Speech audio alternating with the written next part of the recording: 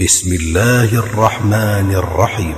الحمد لله على الإيمان ونعمة التوفيق للبيان، ثم الصلاة أردفت سلامي على النبي والآل في الدوام.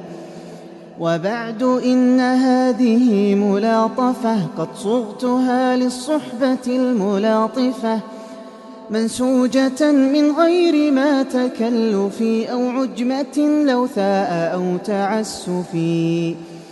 نصيحتي في الله يا إخواني أن تطلبوا العلم بلا تواني، وتلزموا في أخذه التأني، وتحذروا من زلة التمني. فمن يسر تريثا ينال ما دونه تساقط الرجال، ومن يكن معجلا يميل عن مهيع التعليم ذا هزيل. فلتدرسوا من المتون ما اشتهر، فإنما التحصيل أخذ بالأثر، وحاذروا من حصره بما شهر، فربما النفاع ليس يشتهر. وإنه من يعلم المشهورا يزيده أن يعلم المستورا، ومن رقى في العلم بالتدرج فقد علا سابلة التخرج.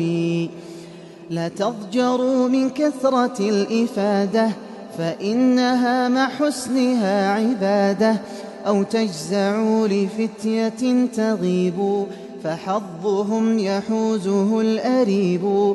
فلتأخذوا من درسنا الغوالي، وسافنوا في مثله العوالي.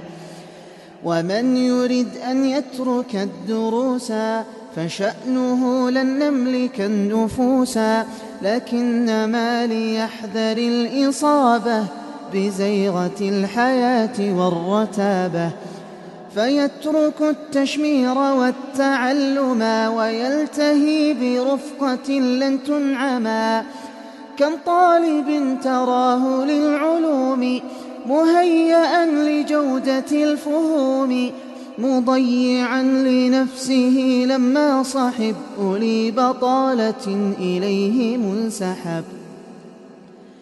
فلم يفق من سكرة المقارنة حتى رأى مقدما من قارنه، فيشتم الشيوخ والأحوال وهو الذي بالاختيار مالا. يا ضيعة الأعمار في سفاهة من صحبة تجني على النباهة، فلتحفظوا نصيحة العصيم، فإنها السبيل نحو الريم. ستشرق الأيام بالحقائق، ويحمد الخذول عزم السابق.